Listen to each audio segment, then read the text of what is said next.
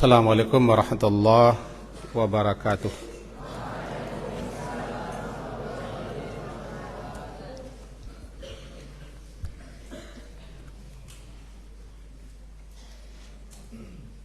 Yang terlambat jangan bersandar pula. Yang terlambat ke depan jangan bersandar.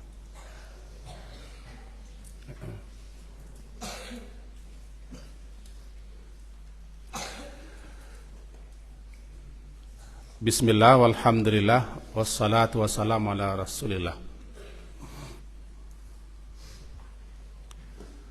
Hari Sabtu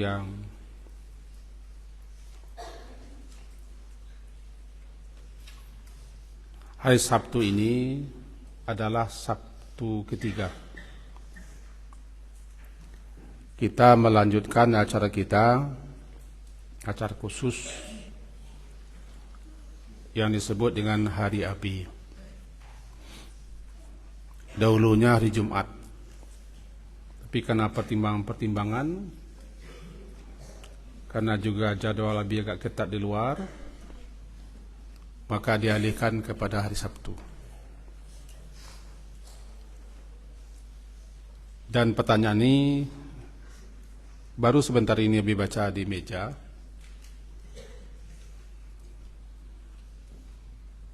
Mudah-mudahan bisa kita jawab. Kita minta kepada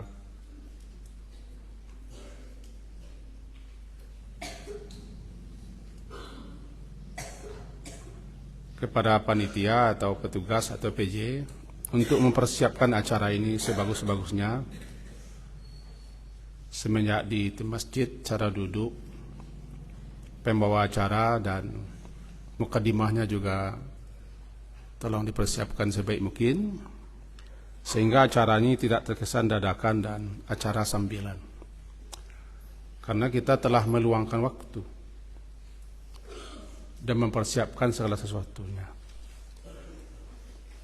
Baik daripada Abi ataupun antum semua ataupun guru-guru kita semua, kita sama-sama telah menyediakan kesempatan ini sehingga betul-betul diformatlah secara bagus. Termasuk anak-anak kita jangan terlambat lagi. Saya datang dari pengajian cepat pulang. Belum apa-apa langsung ke sini. Itu sama-samalah kita fokus dan mempersiapkan acara ini. Bila perlu ada PJ khusus untuk acara setiap satu. Baik, langsung saja. Nampaknya ada 12 pertanyaan. Kalau bisa kita jawab semuanya, alhamdulillah. Kalau tidak, mana yang sesuai dengan waktu kita jawab. Sesuai dengan urutannya, yang pertama pertanyaan daripada Kevin Do, kelas 10 1I. Kevin Do, cepat berdiri supaya jelas waktu, jangan terbuang. Kevin Do dari mana? Bengkulu. Dulu di mana? Di SMP? Senangnya? SMP ya. SMP IT. Oke. Kevin Do dari Bengkulu, kelas 10. Mudah-mudahan orang tuanya ikut nyimak ya. Mudah-mudahan. Apakah benar ini pertanyaannya, bagaimana cara ilmu yang diberikan atau disampaikan oleh guru itu kita memahaminya? Lekat di kepala, menjadi berkah. Itu pertanyaannya Kevindo. Bagus. Silakan Kevindo duduk. Mudah-mudahan Kevindo termasuk orang yang setiap ilmu yang disampaikan menjadi berkah baginya. Amin. Semuanya jangan kasak kusuk, gersak gresik juga, fokuslah.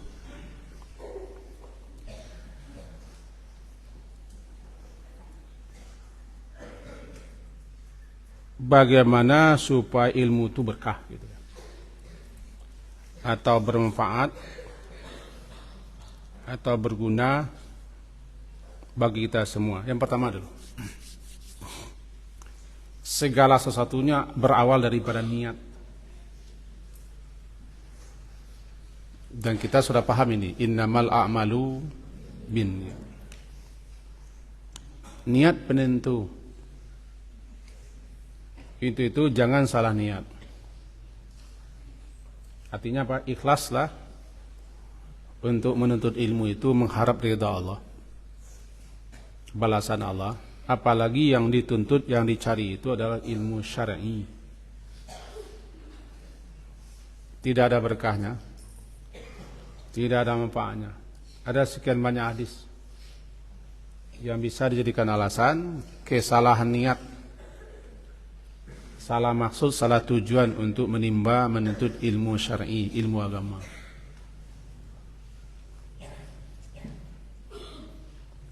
Jadi ke Findo dengan teman-teman, apalagi ke Findo datang dari Bengkulu, pancangkan niat, tekadkan niat kita ingin menuntut, mencari, mempelajari ilmu yang Allah ridai. Kita menuntut ilmu untuk diamalkan, bukan untuk keduniawian. Karena kewajiban kita semua secara individu namanya fardu ain, mempelajari dasar-dasar ilmu syar'i, dasar-dasar rukun iman, rukun Islam, dan masalah fikih dan muamalah. Semua kita berkewajiban untuk ilmu. Mempelajari ilmu syar'i yang pokok-pokok, yang dasar-dasar, bukan kewajiban anak pesantren saja. Semua yang menyatakan dirinya orang muslim wajib mempelajarinya. Itu satu dulu.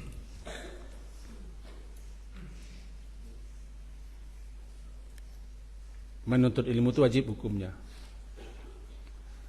Ada yang fardu ain, ada yang fardu kifayah. Kalau ilmu syar'i yang dasar-dasar, yang pokok-pokok, itu fardunya ain, kewajiban atas semua kita. Rukun iman, rukun Islam.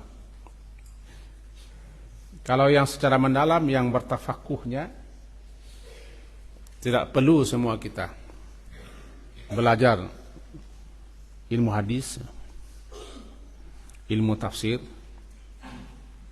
fikih dan usul fikih, dan seterusnya yang lain. Tidak perlu semua kita, cukup orang-orang yang punya minat, punya kemampuan, dan punya kemauan, punya tekad mempelajari mendalam. Karena sudah masuk dan menjurus kepada pendalaman. Tapi ilmu dasar semua kita berkewajiban. Pasanglah niat untuk itu. Jangan salah niat. Termasuk menghafal Quran pun jangan salah niat. Jangan untuk masuk perguruan tinggi, itu salah niat. Berkali-kali kita sampaikan. Guru-guru kita jangan dirangsang anak untuk menghafal Quran untuk bisa diterima perguruan tinggi. Salah sampai itu. Supaya dapat nanti diterima di sana, salah pasang, salah sampai. Membaca, mempelajari Al-Quran itu kewajiban, karena dia hudan.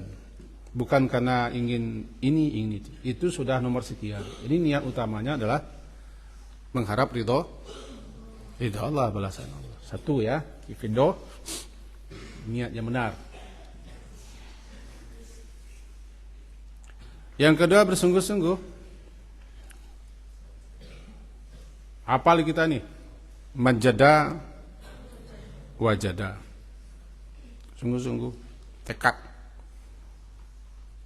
Man jahada fina, siapa yang bersungguh-sungguh, berjuang, bertekad, mencurahkan segenap perhatian dan kemampuannya untuk mempelajari ilmu, dapat dia. Sungguh-sungguh.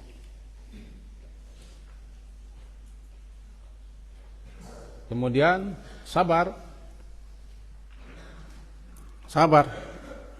Ada sekian banyak medan, tempat di mana kita mempraktikkan kesabaran.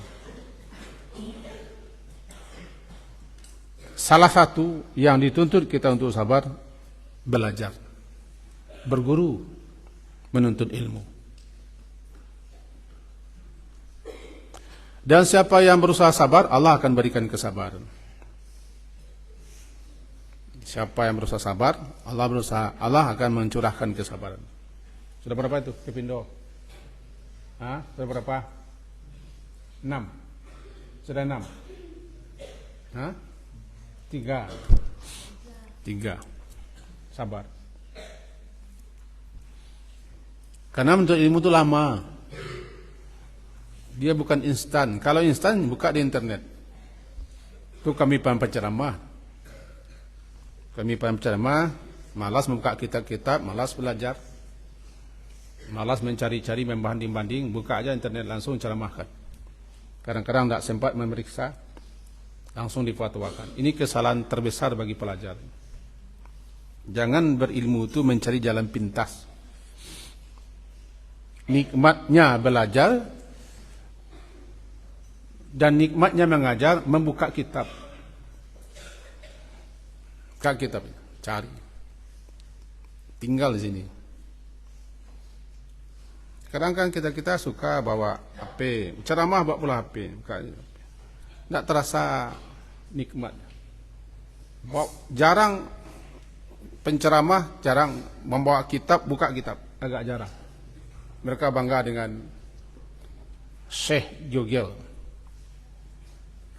bangga dengan guru besar yang namanya internet. Bukan salah, tidak. Tapi seorang alim yang harus belajar kepada guru. Al-ilmu bita'allum. Belajar itu berilmu dengan belajar. Berilmu dengan belajar dengan guru. Guru kita manusia.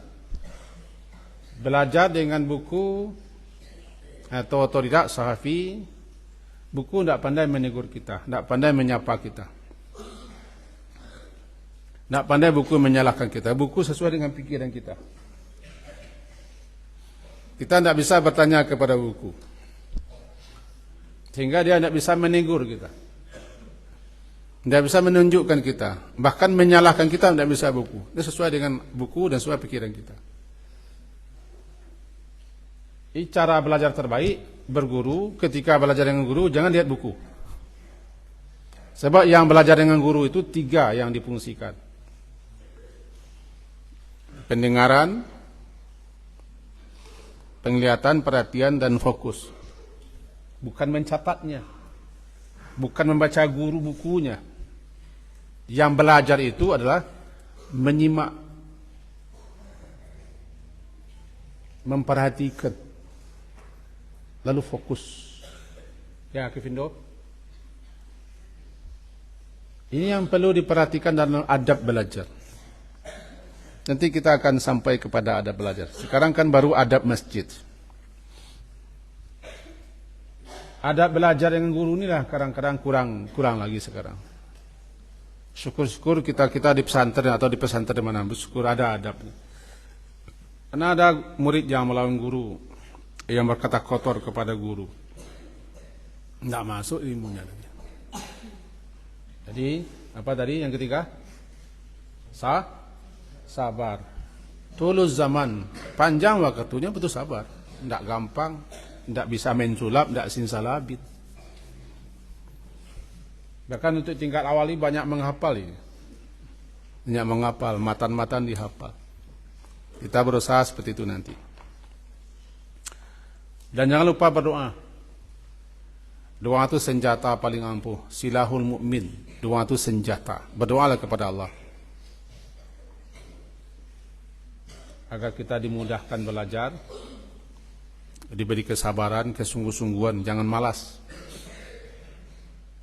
tidak patah semangat, maju terus, pantang mundur. Berhenti boleh, tapi jangan surut ke belakang. Namanya doa. Dan yang tidak kalah pentingnya adalah menghormati, memuliakan guru. Kalau ini yang tidak ada,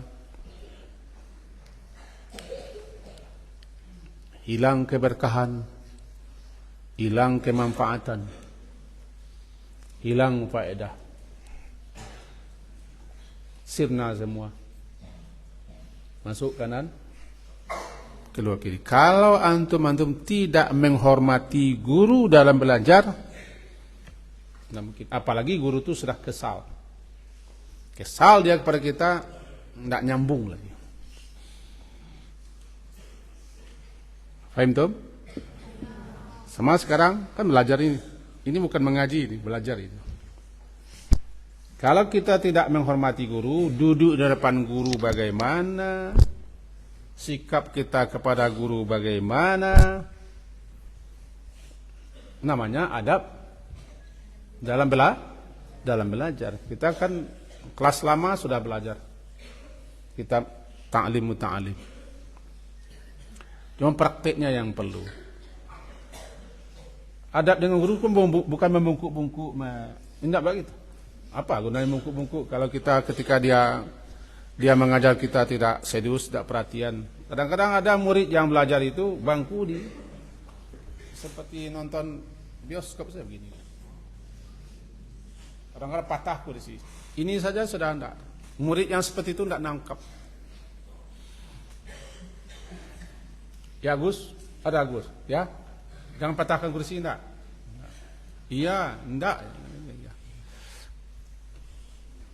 Jadi menghormati, memuliakan guru ini yang paling utama. Setelah niat. Kita tidak dapat ilmu kalau tidak guru. Guru kalau tidak senang dia mengajar kita, tidak masuk. Apalagi ilmu yang kita pelajari, ilmu tentang hal-hal yang berkaitan dengan iman, dengan rukun Islam, dengan ibadah, dengan akhlak. Makanya kita harapkan semua murid-murid itu ini harus diutamakan, adab kepada guru. Yang dekat tonggak ada paham kacamata? Ada paham maksudnya? Mantap. Ya, Kevindo, adab kepada guru. Termasuk itu adab kepada buku. Buku penuh dengan coret-coret. Penuh dengan coret, gambar siapa-siapa saja. Taruhlah buku tulis. Sekarang kitab jangan coret-coret. Jangan dihiasi dengan macam gambar-gambar.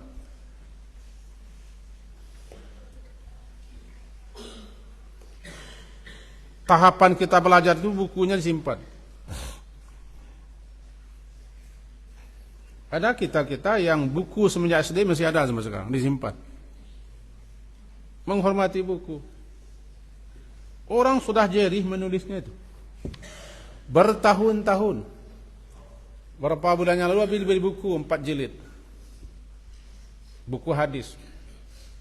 Selama 20 tahun sang penulis meramu, menseleksi kitab-kitab hadis terkenal, diseleksi menjadi 4 jilid.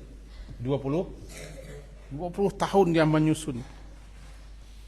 Kita enak saja buang, lempar. Adab kepada buku namanya. Juga adab kepada teman-teman itu penyemangat kita untuk belajar. Karena orang belajar sendiri tidak semangat. Maka hormati teman, hargai teman. Kadang-kadang teman juga bisa membantu kita. Tempat diskusi, tempat bertanya. Tidak mungkin orang belajar sendirian di dunia. Guru pun tidak semangat dia.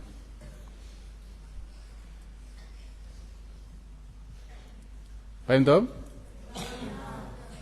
Jangan ganggu teman.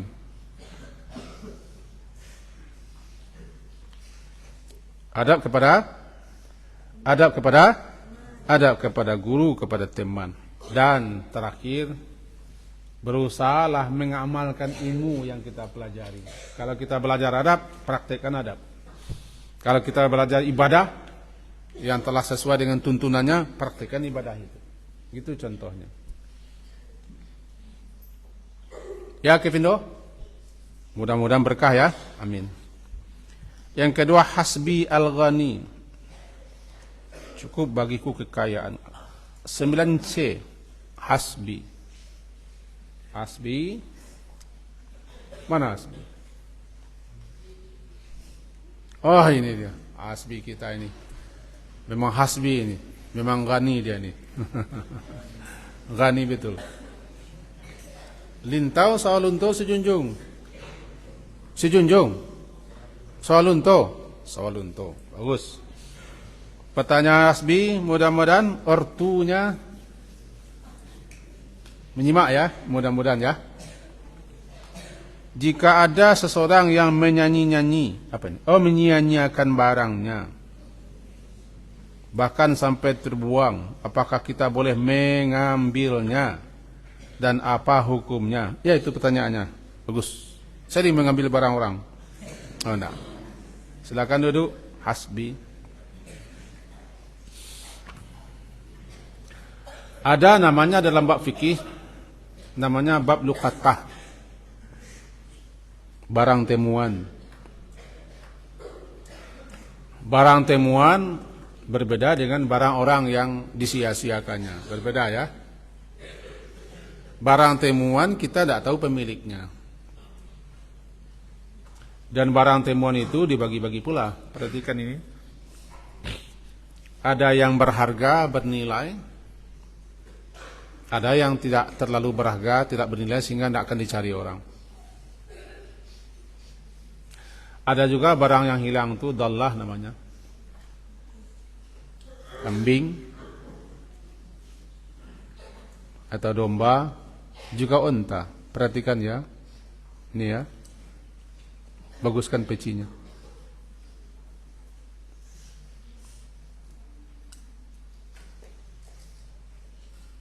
Bisa bagus-bagus? Ya. Kalau barang tercecer atau barang temuan, tidak tahu kita pemiliknya, ini yang namanya luqatah.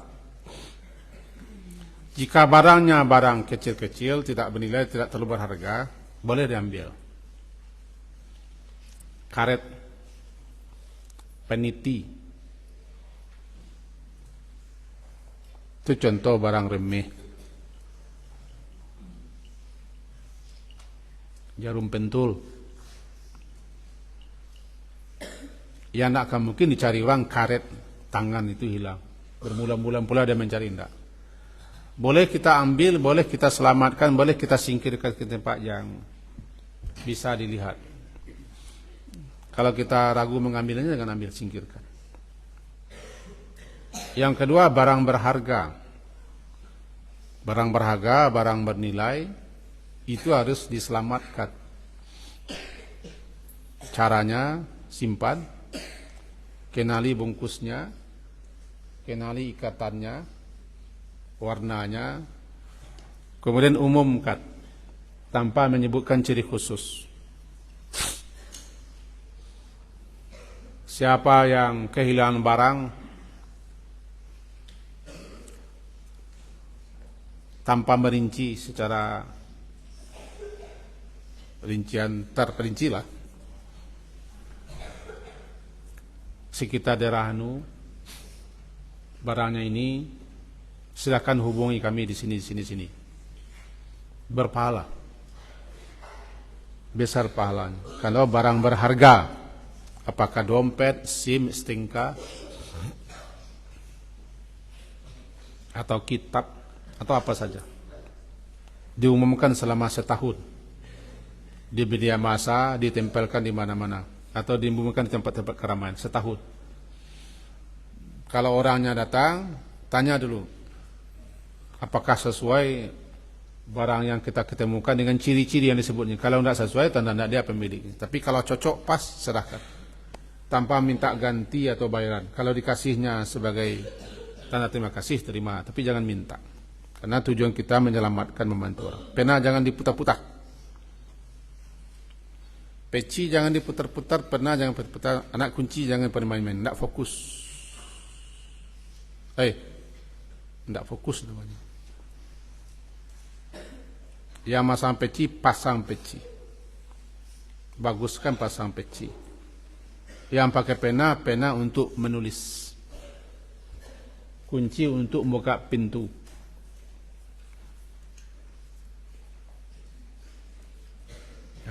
Itu yang belajar itu dia. Fokus, simak, mendengarkan, jangan mengganggu dan memancing perhatian teman untuk terganggu dia. Ini yang ditanyakan ke Pindo tadi.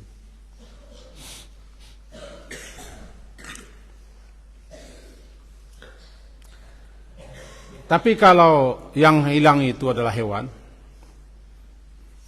kalau kambing selamatkan. Kalau kita tidak menyelamatkan kambing atau domba di daerah gurun sana, daerah padang pasir sana, serigala yang menangkap. Tapi kalau onta biarkan, onta bisa menjaga diri sendiri. Nah sekarang ada teman yang menyia-nyiakan barangnya, itu Hasbi, disia-siakannya. Namanya bahasa Indonesianya cayah dia ini. Bolehkah kita mengambil? Tidak boleh. Karena tidak barang kita, tidak punya kita. Lalu kita ambil, kita pungut, kita saksi sama dia. Boleh. Barangmu kamu layak-layakkan saja ini. Ini kan mahal, ini kan berharga ini. Katakan uang belinya. Kasih orang tua kan, kasih sama dia. Atau kasih sama guru.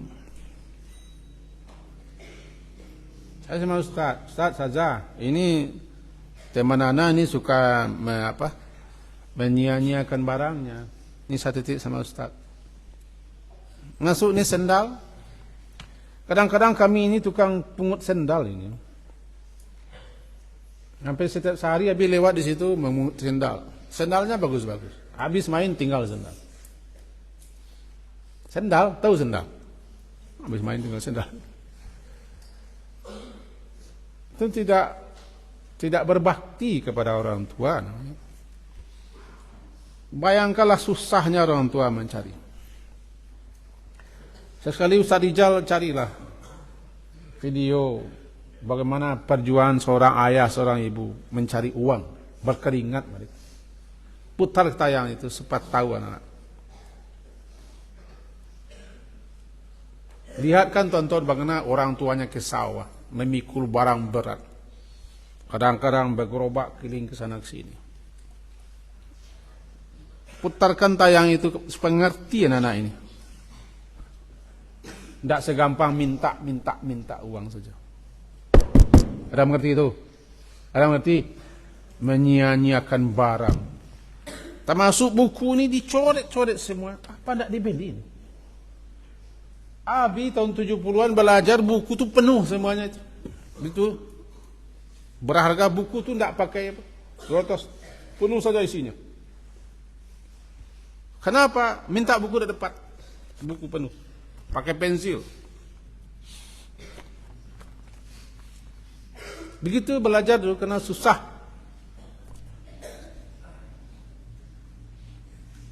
Buku dicoret-coret, habis dibuang-buang nih banyak.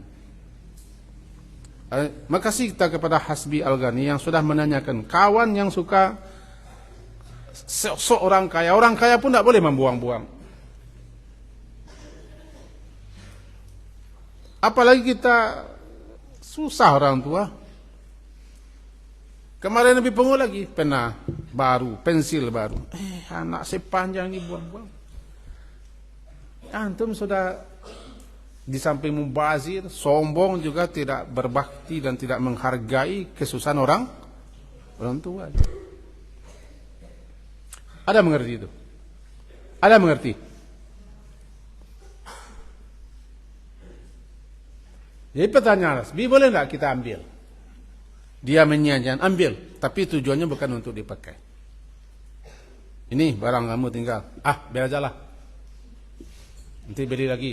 Tidak perlu, tidak penting, ambil aja. Pertama niat kita menyelamatkan, kedua mengingatkan. Kalau dia tidak peduli, ambil saja, selamatkan, barang bagus. Atau serahkan sama Ustaz, supaya Ustaz dapat menasihati orang itu. Ada yang sok-sok di sini, orang tuanya susah, sok-sok gayanya.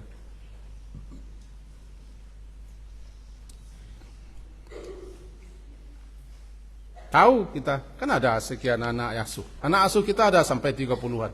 Lebih kurang di sini. Tidak bayar. Tidak bayar. Tidak bayar. Tapi ada juga yang mereka itu sok juga gayanya. Jangan begitu. Jangan begitu. Jadi jawaban untuk Asbi, bolehkah kita mengambil barang yang disia-siakan? Ambillah, tapi tujuannya untuk menyelamatkan. Kasihkan lagi kepada pemiliknya. Kalau dia sombong gayanya, ambil barang itu. Selamatkan, kasih sama guru ustaz. Atau tawari, kalau tidak perlu bagi antum, saya pakai ya, ambil aja. Berarti orang ini orang hebat ini.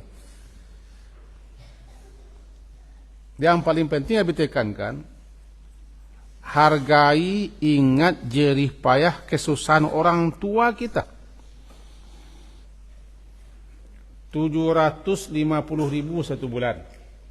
Sebenarnya untuk makan pun tidak cukup itu. Dengar ini? Makan berapa kali sehari? 3 kali sehari.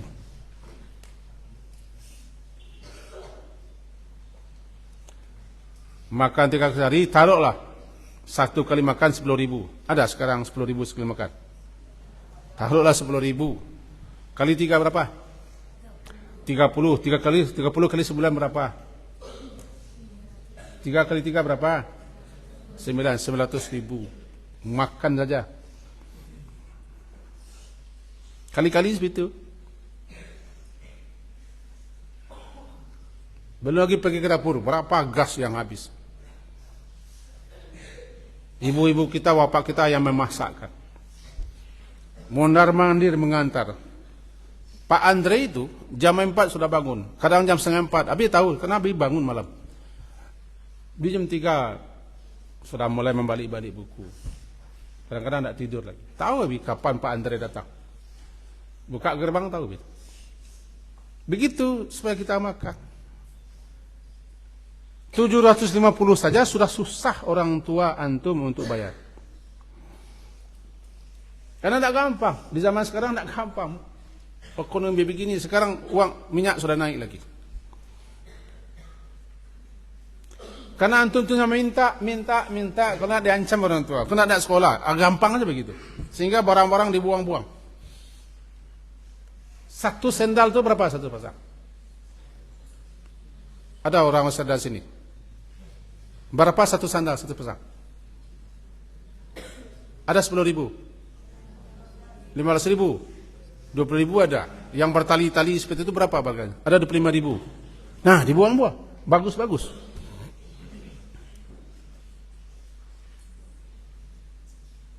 Masuk di jemuran.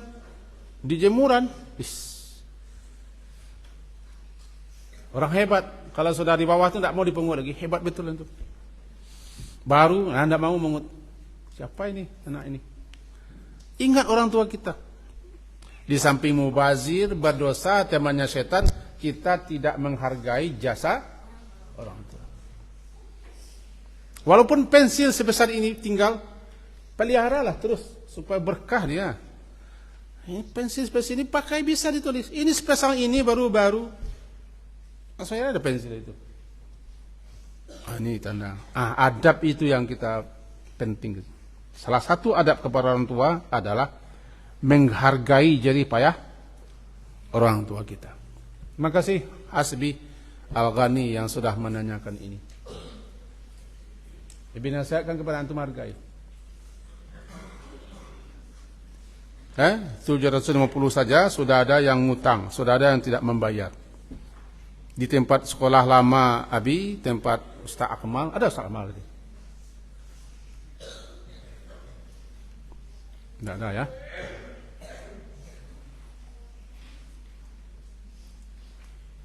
Itu nunggak 800 juta. Uang sekolah nunggak 800 juta. Uang sekolah itu.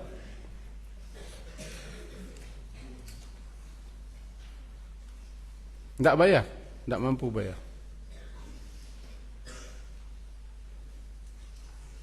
Itu saja ada orang tua kita yang susah, yang payah.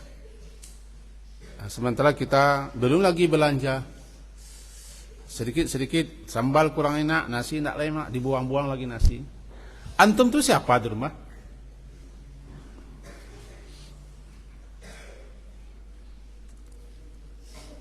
Ada di antara kita yang makan pun di rumah ala kadar cuma.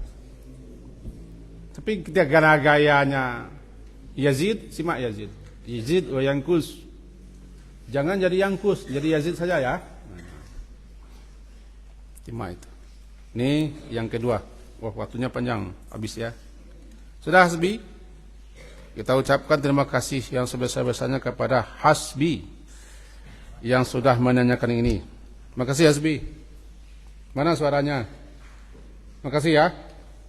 Oh iya, enggak. Memang gani dia ya. Ahnaf, mana Ahnaf? Yang ketiga. Ini Ahnaf, kelas 8. 8A. Di mana kampungnya? Duri.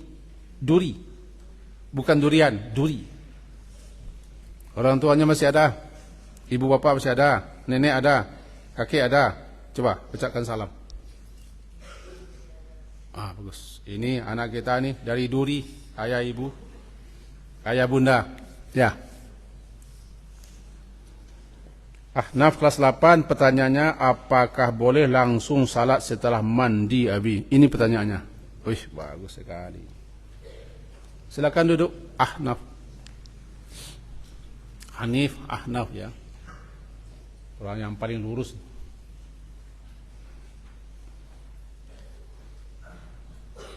Mandi terbagi 3. Mandi wajib, mandi sunnah, mandi adah. Mandi adah, mandi biasa, kebiasaan mandi. Mandi wajib ada penyebabnya. Seperti khurujul mani, keluar mani. Baik dengan jalan bermimpi, onani atau berzina. Lalu berhubungan badan, suami istri. Perempuan yang sudah habis masa haidnya atau nifasnya. Dan lain-lain seterusnya.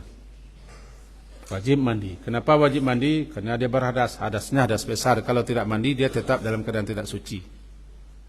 Dia tidak boleh salat. Syarat sah salat adalah suci daripada hadas besar, hadas kecil.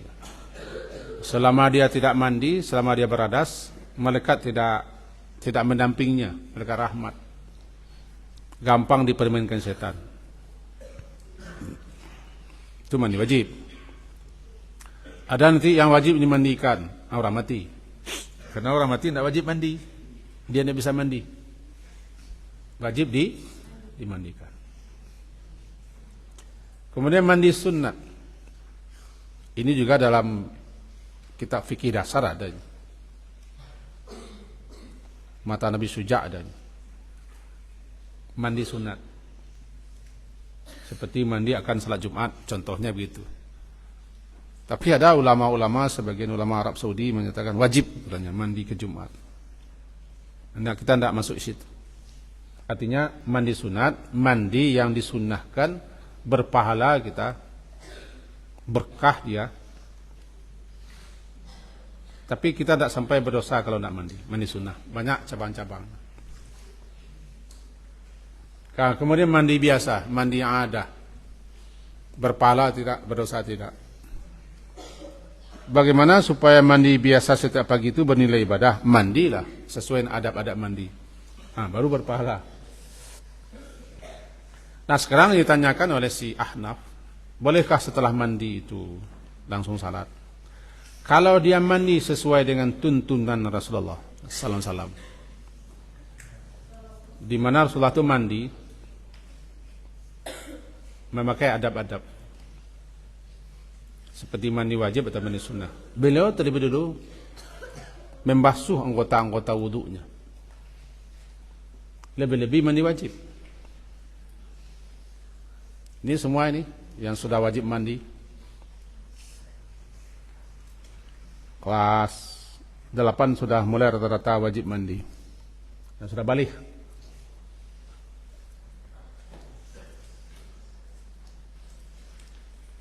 Sederhananya mandi wajib di samping niat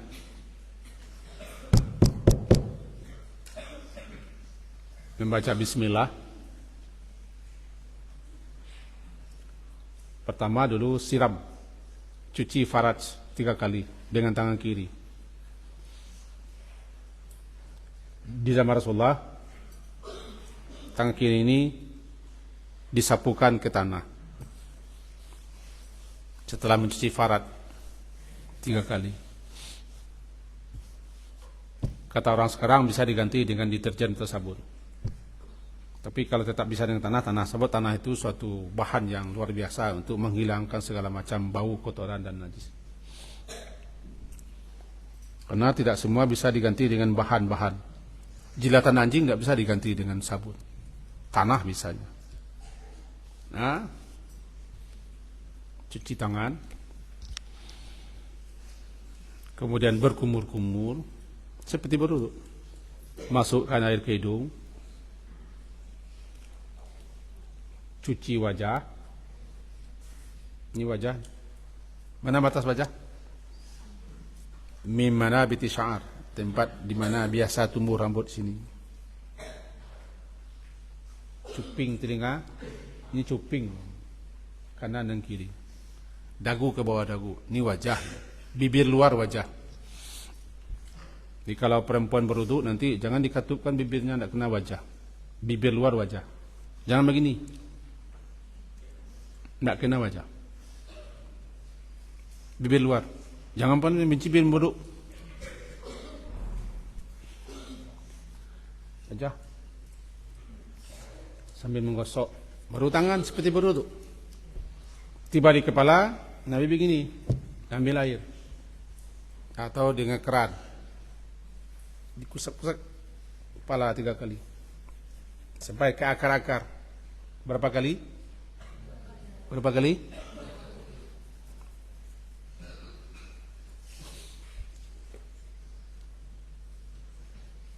Kemudian mulailah menyiram tubuh dari yang kanan. Kalau pakai ember, siram yang kanan. Nabi suka mendahulukan yang kanan-kanan. Kanan. Kalau mandi dengan keran, ya kanan juga. Bagaimana kalau kita mandi di kolam, di tebat? Gitu prosesnya, sesudah itu baru menghambur ke dalam. Siram dulu. Apalah, menghamburlah ke dalam. Selesai mandi, dikusap-kusap semua, rata semua. Habis, pakai sabun atau tidak pakai sabun, yang penting rata air. Siram kaki terakhir kali. Kanan kiri. Kalau begitu caranya, boleh langsung salat.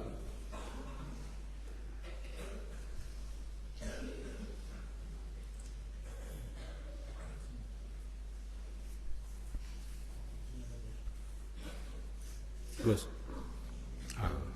Itu baru gagah daripada Habib. Tadi gagah Habib pada antum. Sekarang gagah antum. Siapa namanya?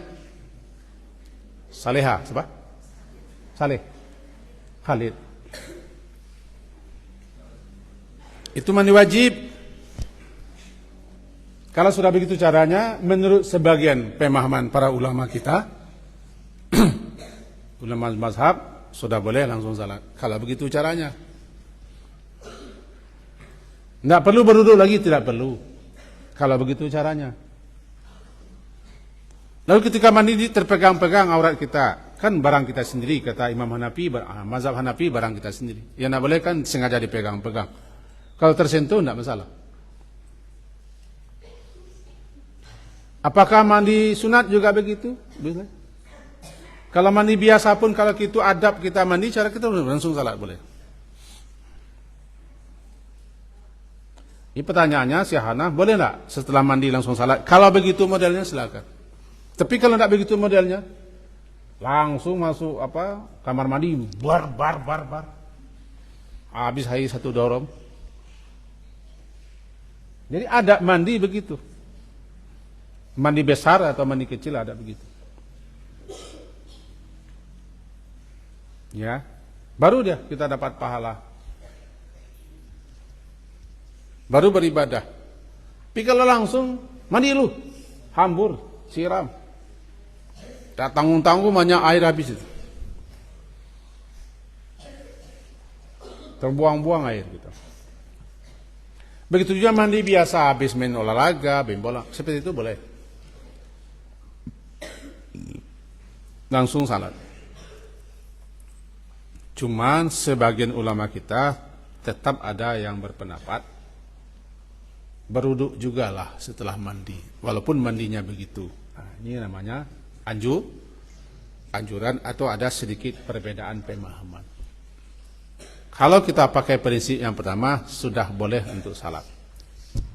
Cuman kalau ragu juga nanti ragu kita, berurut lagi. Ya Ahnaf, mana Ahnaf tadi? Bagus. Duri ya, duri.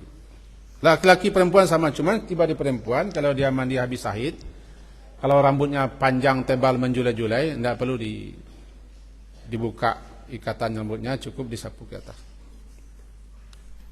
Apalagi dia mandi setiap menit, itu tidak usah dibuka, payah. Itu keringanan bagi perempuan. Dah Ahnaf ya. Akil fawaz muhtadi 7F. Akil fawaz muhtadi. Mana orang akil? Orang yang berakal ini, bagus, berdiri. Dari mana akil? Dari mana? Padang Panjang. Padang Panjang itu di mana awalnya? Kota Baru. Kota Baru masuk Padang Panjang? Enggak. Ayah Badarud masuk Padang Panjang? Ayah Badarud? Enggak juga. Oh. Nanti jadi wali kota Padang Panjang ya, supaya tahu batasnya ya. Akil fawaz muhtadi Padang Panjang. Ibunya ada, bapaknya ada, kakeknya ada, neneknya ada, kucingnya ada. Nah, supaya dengar kan? Ini dengarkan ayah bunda ini. Si akil fawaz muhtadi. Ayam ada kan? Ayam ada di rumah? Enggak juga. Oh, gersang juga rumahnya ya, kucing tidak ada, ayam tidak ada. Assalamualaikum warahmatullahi wabarakatuh. Apakah boleh langsung salat setelah apa? Apakah berdosa kalau bermain sepak bola lalu menginjak rumput? Karena rumput itu kan makhluk Allah juga. Bagus ini tadi. Bagaimana kalau muhtadi main di awang-awang? Seperti Gatot Kaca main di awang-awang. Superman dan yang lain-lain. Ya, makasih. Akil, bagus ini. Silakan. Ingat ini. Burung, serangga, ikan, hewan-hewan, bahkan makhluk-makhluk hidup lainnya seperti kayu-kayu tanaman. Mereka itu berterima kasih kepada guru-guru dan berdoa kepada Allah untuk guru-guru.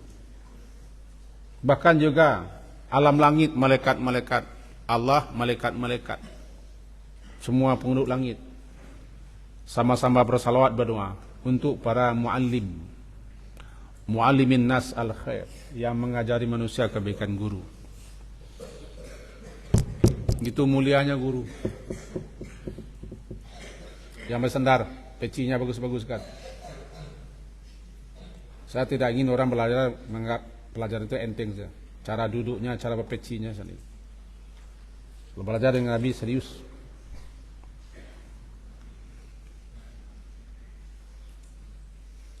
Kalau antum sudah memandang enteng, guru tidak masuk. Paham? Kenapa rumput, serangga, hewan-hewan, ikan-ikan berdoa kepada Allah untuk para guru? Karena guru telah mengajari orang kepada yang baik.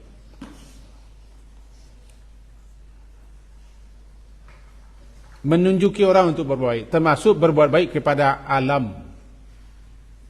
Fawaz, ini perhatikan. Berbuat baik, memperlakukan alam dengan baik. Hewan-hewan, serangga-serangga, burung-burung, guru mengajari perlakukan dengan baik, itu makhluk Allah. Tanam-tanaman yang berbuah, perlakukan dengan baik. Jangan tebang sembarang tebang. Ambillah, pakailah, pergunakan kalau memang dibutuhkan. Tapi jangan perlakukan dengan tidak baik. Nah, bagaimana kalau kita di sini main sepak bola? Rumput, karena memang rumput, boleh kita pijak, boleh kita injak. Boleh kita bermain di atas rumput, boleh. Tapi jangan rumput itu dicabut, dibongkar hanya untuk main-main. Ada orang yang mempermainkan rumput. Sudah ditata rumput bagus, dipermainkan, dibuang-buang, menyerang sampah di situ. Perlakukan alam dengan baik, nanti alam akan membalas kita dengan baik pula. Faham maksud Nabi? Maka rumput-rumput yang telah ditanam, bunga-bunga tanam, perlakukan dengan baik. Dia kan rumput-rumput, bunga-bunga itu telah menyenangkan kita, telah memberikan kebahagiaan kepada kita dengan memandangnya senang. Rumput-rumputnya hijau senang. Mereka telah berusaha. Rumput-rumput itu kan makhluk Allah. Mereka telah berusaha untuk bagaimana kita senang, nyaman, bahagia, tenang. Siapa yang tidak senang melihat yang hijau-hijau, tidak orang itu. Dia senang yang merah-merah saja, ini ragu pula kita. Karena mereka telah menyenangkan kita, mereka telah membahagiakan kita, membuat kita nyaman, damai. Itu bunga-bunga, rumput-rumput, kayu-kayu, nyaman kita. Bahkan orang suka jalan-jalan ke taman-taman, senang. Bagaimana kita membalasnya? Jangan rusak tanam-tanaman. Konon kabarnya di Singapura, di Hong Kong, mencabut saja terdenda. Mematahkan bunga-bunga di jalan itu terdenda. Mudah-mudahan Nabi tidak salah dengar, tidak salah baca ini, didenda. Di Singapura itu. Di Arab Saudi, negeri yang gersang itu, satu tanaman, satu semprot. Lebih-lebih di Makkah, tidak ada tanah. Digali batu cadas itu sebesar ini, tonggak ke tonggak, digali sampai sekian meter, dimasukkan tanah ke dalam. Nah, Makkah itu tidak ada tanah. Namanya wadin gairi zizar. Suatu lembah tandus, cadas yang tidak ada tanam-tanaman. Mereka kalau mau menanam, gali cadas, masukkan tanah. Dulu ketika Abi tinggal di Sisah namanya, terjadi badai, sehingga pohon-pohon di jalan itu tumbang. Nampak akar-akarnya seperti bunga di pot, tumbang. Lihat ke bawah, memang tanah ditimbun, tidak sampai ke bawah. Sejauh mana tanah digali, batu segitu. Gitu susahnya orang, sehingga satu tanaman, satu pipa penyemprot sampai tumbuh di Makkah itu. Di muka-muka hotel taman itu ada semprot, pagi sore hidupkan semprot supaya tumbuh. Karena orang ingin hijau, nyaman, tenang dia melihat, membahagiakan, fresh dia katanya. Sekarang orang jalan-jalan, ada orang jalan-jalan ke gurun? Enggak? Ada jalan-jalan ke gurun? Tidak ada, ke taman-taman. Tempat yang hijau-hijau. Kenapa orang senang dengan Sumatera Barat? Karena alam Sumatera itu adalah alam yang subur. Negerinya indah. Senang orang dengan Sumatera Barat. Itu alam.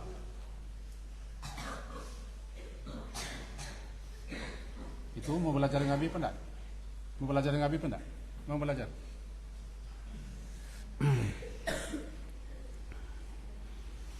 Kembali kepada Fawaz tadi. Bolehkah kita menginjak rumput? Kalau rumput boleh. Karena memang rumput. Bolehkah kita merusak rumput yang tanam? Tidak boleh. Zalim namanya. Zalim kepada orang yang mengatur tanaman, merawat menjaganya. Zalim pula kepada rumput. Tapi kalau rumput lapangan sepak boleh diinjak. Nak diinjak bagaimana main bola? Dia wang-wang. Boleh. Tapi jangan rusak. Merusak itu namanya termasuk orang yang buat ifsad. La tufsidu. Jangan berbuat binasa, berusak di muka bumi. Zaharal fasad. Khusus di lapangan kita, karena lapangan kita rumputnya belum ada. Yang ada seng. Ini Abi ingatkan. Mohon kepada ustaz-ustaz, guru-guru, termasuk guru PJOK, anak-anak kita seng Di tempat Pak Mukhlis sudah dipasang. Nanti minum itu, nanti. Seng nampak sudah dipasang? Sudah pasang? Jangan arahkan tendangan ke seng itu. Itu sudah penyot seng. Kepada guru PJOK, kepada guru-guru kita, ingatkan anak-anak jangan main menendang kuat-kuat ke sana. Nanti rampak lagi sengnya. Bila perlu dialihkan tonggak gawangnya. Kalau ada juga situ, jangan arahkan ke situ. Kemarin Nabi lihat itu, berdantam-dantam saya gitu. Orang tukang sudah susah memasangnya. Dikasih seng supaya lapang. Ada orang yang menendang bola itu seperti dia kesal, ditendang habis-habisan. Seakan-akan lapangannya gurun. Berpacu, berlomba untuk kuat. Jadi kami harapkan, biarkan kepada Ibu PJOK, Ustaz kita, kalau anak main bola diingatkan. Kepada abang-abangnya diingatkan. Kita tidak akan rusak seng itu. Paham itu? Nah, syukur Fawaz. Rumput jangan, pagar jangan, bunga jangan. Namanya merusak. Allah tidak suka kepada orang mufsidin, suka membuat rusak. Orang yang merusak tapi dia anggap baik, itu munafik namanya. Innama nahnu muslihun. Kami hanya berbuat baik, sebenarnya dia merusak. Rawatlah, jagalah lapangan kita, kampus kita, pondok kita, bunga-bunganya, rumput-rumputnya. Ini pertanyaan si Fawaz, agak melebar dijawab, tapi berguna. Boleh menginjak rumput, tapi jangan injak-injak tanaman. Ya, Gus, makasih ya. Orang-orang panjang habis ini. Faris Saldi dan M Al-Hadid Fatir, kelas 8D. Faris mana? Faris Al-Hadid. Ini dari mana Faris? Solo. M Al-Hadid Fatir. Mana? Oh ini. Dari mana ini? Sungai Penuh. Perbaiki pecinya. Oh ini kacunya di mana dipasang? Sudah barali leher ke sini ya. Perbaiki nanti ya. Nama Al-Hadi. Ini Faris, Solo. Solo, Sungai Penuh. Sungai Penuh. Sampai sekarang masih penuh sungainya. Oh ya bagus. Kedua beliau ini bertanya, sepakat tanyanya ini ya. Bagaimana menyikapi keadaan jika seorang anak disuruh membeli rokok oleh orang tua sendiri, Abi? Oh, apa hukumnya? Hebat antumnya. Sudah berapa kali merokok di sini? Belum ada merokok. Ini merokok juga. Di pesantren kita dan di mana saja di pesantren khususnya, kalau kedapatan merokok, SP-nya sudah berat. Ya Ustaz Bahar, SP-nya berat. Ada satu orang kemarin sudah keluar ya, SMA keluar. Ada anak-anak luar yang sengaja datang ke sini di balik pagar, membawa rokok. Antum kalau sekolah sini SMA, pilih saja, mau merokok atau mau keluar. Mau berkomunikasi dengan orang luar, keluar saja. Kalau ada antum yang menelepon ngasih tahu kepada orang-orang luar, membawa rokok ke balik pagar, tidak mau. Kalau ketangkap mereka, kami serahkan ke polisi. Kami tuduh dia bawa narkoba. Kami tuduh begitu. Paham? SMA? SMA paham? Jawab, paham tak? Nah sekarang ini, orang tua kita menyuruh beli rokok. Nah ini yang sulit. Hukum rokok sesuai fatwa MUI haram. Dan fatwa-fatwa ulama lainnya. Tetapi sebagian ulama menyatakan kami tidak menerima itu haram. Karena rokok belum ada zaman Nabi. Rokok adalah zaman sekarang. Mengandung racun katanya. Ini alasannya. Sehingga sebagian ulama termasuk ulama-ulama kita di Jawa menganggap tidak haram. Tergantung orangnya. Bisa makruh, bisa tidak apa-apa. Nah, bisa makruh, bisa tidak apa-apa. Umumnya ulama-ulama kita di NU begitu memahaminya. Sehingga kiai-kiai di pesantren-pesantren NU Salafiyah ada yang merokok. Bahkan ada murid-muridnya yang kelas sekian merokok asalkan dapat izin orang tua. Karena beliau-beliau memahami, memandang seperti itu. Kita hormati. Karena kita sekarang bukan kaji fatwa.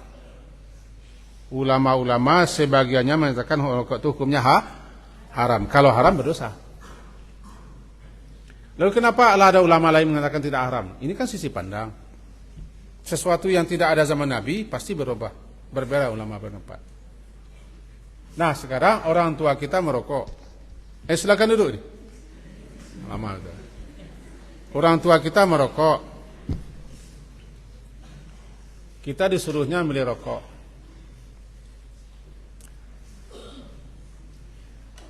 La ta'ata li makhlukin fi maksiatillah. Tidak ada taat lagi kepada makhluk kalau untuk mendurhaki Allah.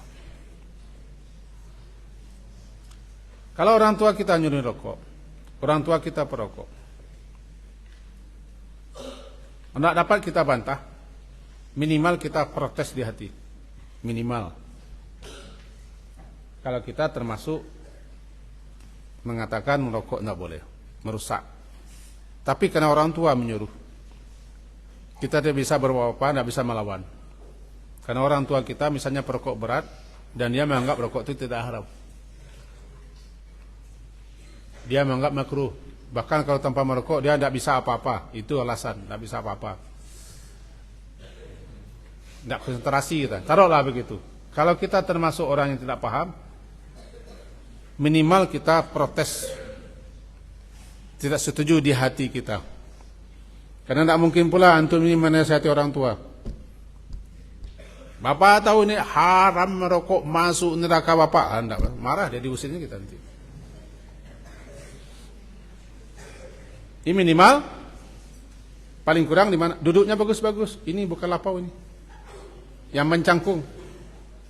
Ini bukan kedai, bukan tepi jalan, berkali-kali. Habis kalau melihat orang mencangkung di masjid ditekek. Karena Nabi berkuasa menekeknya. Ya Agung, bangun Agung, bangun. Minimal paling kurang kita tidak setuju di hati. Kalau kita lawan, rusaknya berbahaya. Mudaratnya lebih parah. Maka dikatakan birtika fi akhaffihim. Kita melaksanakan yang paling ringan risikonya, protes di hati. Kalau kita menggerutu, kalau kita mencapak, nanti orang tua kita, ya kadang-kadang dia tidak bisa. Kadang-kadang orang tua kita yang perokok, ibu kita pun dimarahnya kalau tidak mau mengeluarkan uang. Maka kepada dua beliau yang menanya ini, dari Solo dan dari Sungai Penuh, kalau kita disuruh orang tua kita yang merokok beli rokok, jangan melawan. Jangan keluar kepala hukum fatwanya kalau antum belum berfatwa. Kalau tidak bisa mengelak, tidak bisa cara lain, harus dipaksa aja kita beli aja rokok. Tapi katakan ya Allah sebenarnya saya tidak setuju, tapi orang tua. Paham Sungai Penuh? Nah, ini paham Solo? Yang tidur di sebelah Solo itu siapa namanya? Enak tidurnya. Sudah mimpi dia. Mimpinya kemana ya? Lalu yang keenam, Muhammad Al-Batrik. Iya, Al-Batrik. Kelas 7. Muhammad Al-Batrik. Mana orangnya? Oh ini dia, gagah betul ya. Tapi kopiahnya teleng. Dari mana Muhammad Al-Batrik?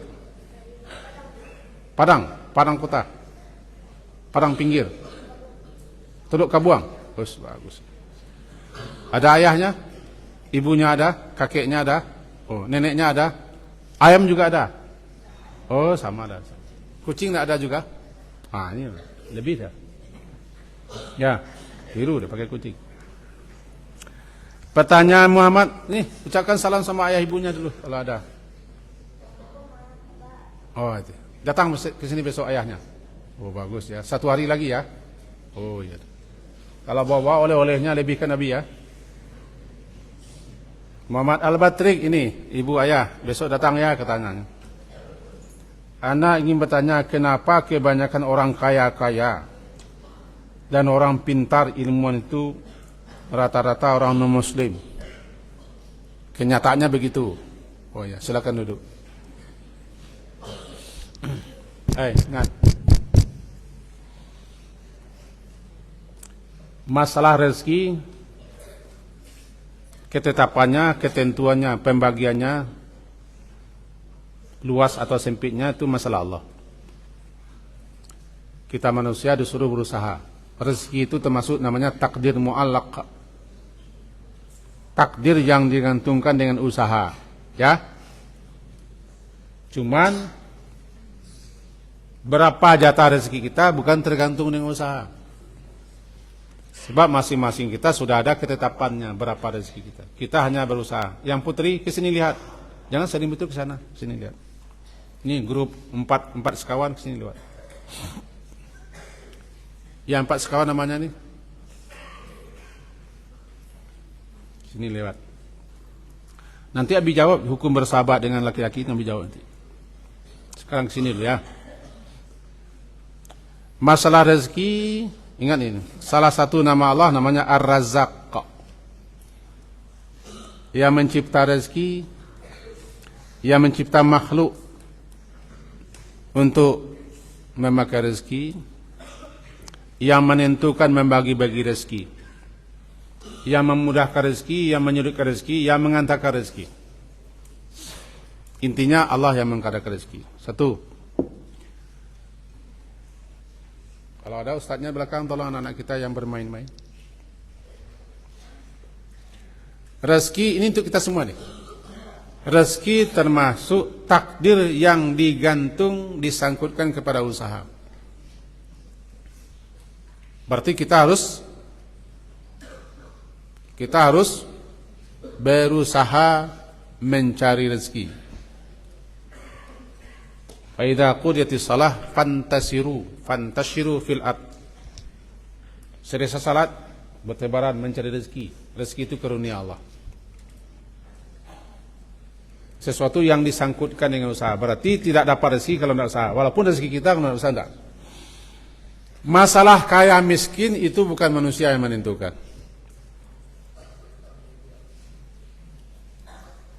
Allah yang menentukan. Cuma bedanya, orang kalau berambisi untuk kaya, dia tempuh segala macam cara. Segala macam cara halal baginya. Alladzi jama'a mala wa'addada. Jamaah dikumpul-kumpul dari sana sini tanpa peduli di mana datangnya. Mengumpul-ngumpul. Kalau orang kafir, orang yang tidak beriman, atau orang muslim yang tipis imannya, dia akan mengumpulkan harta kekayaan, karena itu yang sudah menjadi obsesi hidupnya, dengan berbagai macam cara dan usaha. Tidak peduli halal atau haram, tidak peduli hak orang. Seperti orang korupsi, maling, pungli, menerima sogok, menipu, curang, mengitu, itu semuanya jamaah mengumpul-ngumpul harta. Karena dia ingin kaya dan karena harta itu sudah dianggapnya Tuhan segala-galanya. Apakah semua orang yang ambisi itu mendapat apa yang diambisikannya? Tidak. Tahu ambisi? Ambisi. Ingin sangat. Serakah. Tidak semua orang ambisi mendapat apa yang diambisikannya. Orang akan mendapat sesuai dengan apa yang telah dijatahkan untuknya. Ambisi atau tidak. Tapi tetap berusaha. Ini agak sulit tangguh nih memahaminya. Nah pertanyaannya, kenapa orang kafir itu kaya-kaya? Banyak orang kafir itu yang miskin-miskin. Cuma yang nampak di kita orang kaya-kayanya. Salah satu penyebabnya, mereka menghalalkan segala cara. Orang beriman, orang muslim terhambat segala cara itu dengan imannya. Karena dia sadar hartanya itu akan dipertanggungjawabkan. Akan ditanya, akan disidang, akan diadili, dan akan diberi balasan. Itu yang menghambat orang-orang beriman untuk tidak serakah, ambisi, mengumpulkan harta dari sana sini tanpa peduli halal haram. Itu menghambat. Yang kedua, orang beriman itu yakin bahwa harta itu yang membawa berkah tidak banyak. Tidak banyak. Halalnya. Nah, kembali ke pertanyaannya, kenapa orang kafir kaya-kaya? Kita lihat orang kafir, hidupnya untuk itu.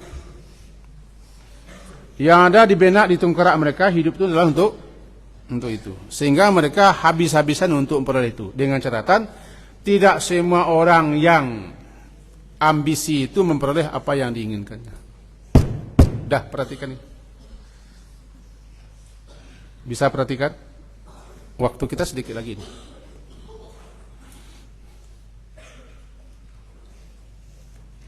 Yang kedua, kenapa ilmuwan yang orang kafir tidak juga? Cuma kalau orang muslim itu tidak diekspos. Coba nanti Muhammad Al-Batri rajin belajar, sungguh-sungguh bertekad untuk menjadi ilmuwan yang bermanfaat. Ilmuwan kita. Tapi kalau antum-antum ini malas, tidak semangat, suka bolos, kalau mau sekolah itu pura-pura sakit, ada saja alasan, tidak bisa.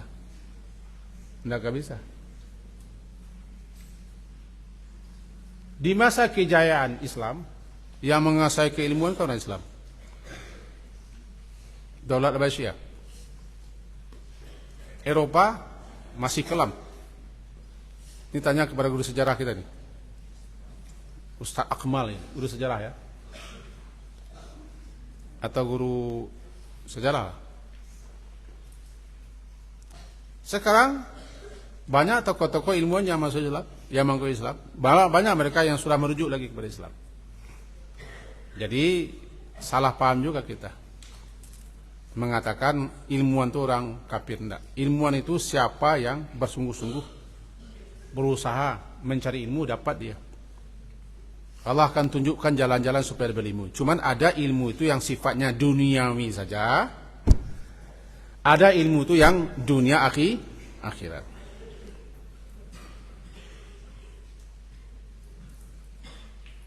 Timbul lagi pertanyaan yang tadi. Apa benar orang kafir itu kaya-kaya semua? Jawabannya tidak. Kalau kekayaan itu hanya untuk orang kafir, berarti kita harus kafir semua supaya kaya. Nah, yang menentukan kaya miskin adalah pemberi rezeki Allah. Garis bawahnya, jangan anggap kekayaan itu kebahagiaan. Ya, Al-Muhtadi batrik ya. Walaupun anda anggap bahasa Abi ini, kebahagiaan itu bukan terletak di kekayaan, tapi di keberkahan harta. Harta itu kalau berkah, bahagia orang. Bagaimana harta yang berkah? Halal dan tayyib. Ingat, Allah tidak meletakkan kebahagiaan di harta, di pangkat, di jabatan, di kekuasaan. Kebahagiaan tidak di situ. Kebahagiaan itu di hati, hati yang mendekat kepada Allah. Kalau harta, harta yang berkah, harta yang halal, yang baik. Salah kita adalah mengukur kebahagiaan dengan harta. Walaupun jawabannya agak melenceng, tapi dicoba meningkatkan. Intinya bahwa yang menentukan kaya miskin bukan makhluk, bukan manusia. Allah aghna namanya. Dia yang mengayakan dengan sebab-sebab tertentu. Wa aqna, dia juga yang bikin orang qanaah. Aghna wa aqna. Cuma orang tidak akan kaya kalau dia malas. Kerja duduk-duduk saja kaya. Tetapi orang tidak akan kaya juga walaupun dia rajin. Cuma penyebab kaya adalah berusaha. Tetapi tidak semua usaha menghasilkan kekayaan. Ini namanya dilemmanya. Tetap yang menentukan kaya. Yang kaya itu Allah Ghani. Dia akan berikan kekayaan kepada siapa yang dikehendaki. Dia akan menyempitkan kepada siapa yang dikehendaki. Nanti akan lebih dalam kajinya. Ya, sementara walaupun pertanyaannya gawat, tapi lebih coba menyederhanakan jawabannya. Sampai jam berapa, Ustaz?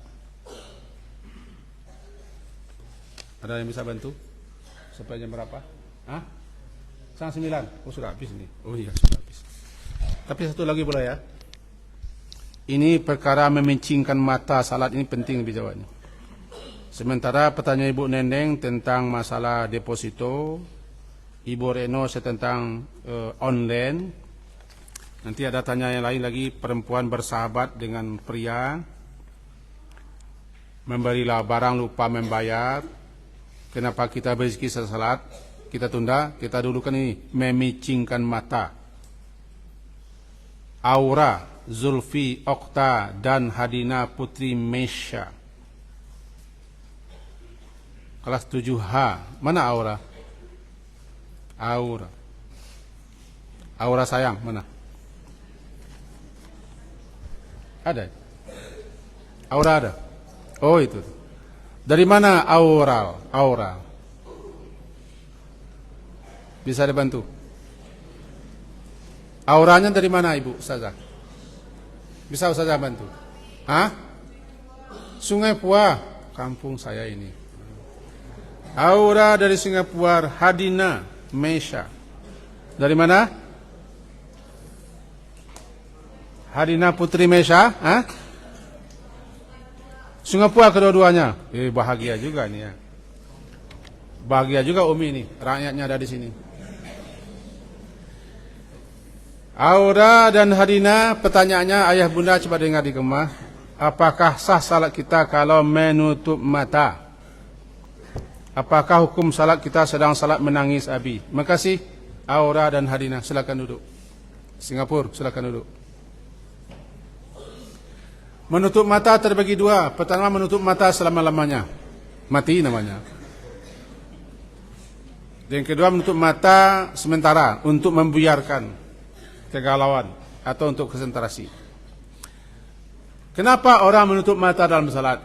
Karena dia ingin membuyarkan pikiran kepada yang lain misalnya, agar dia fokus.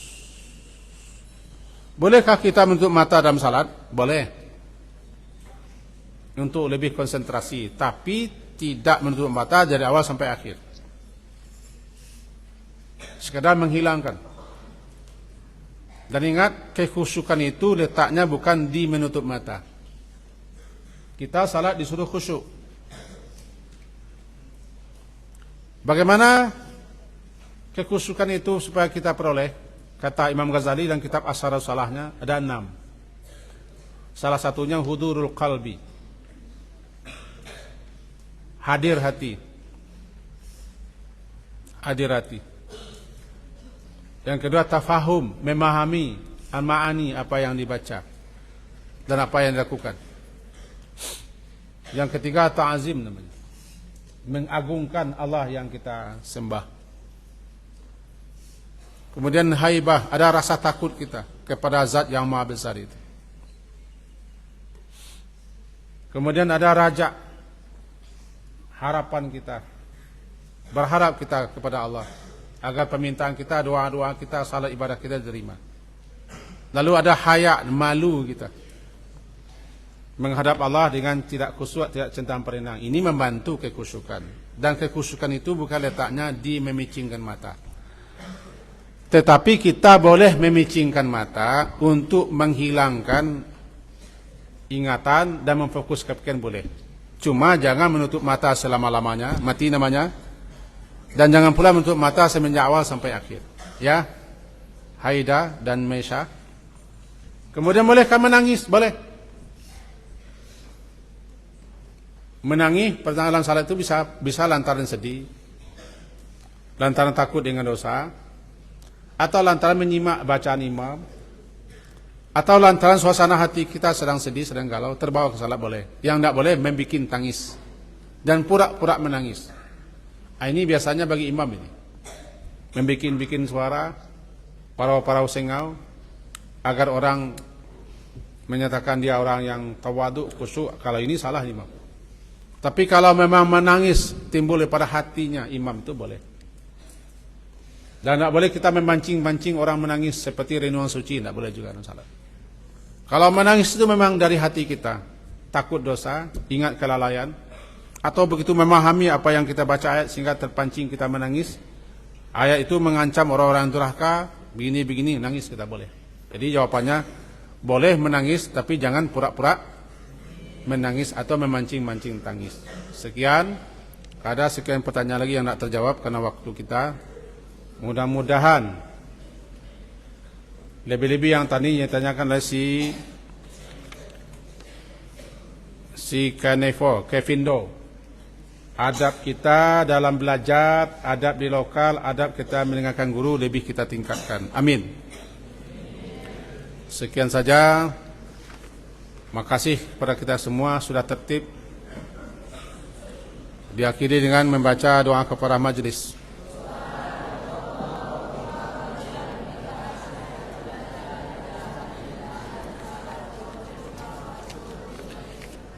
Wassallallahu ala Muhammadin wa ala alihi wa ashabihi ajma'in. Alhamdulillah. Assalamualaikum warahmatullahi wabarakatuh.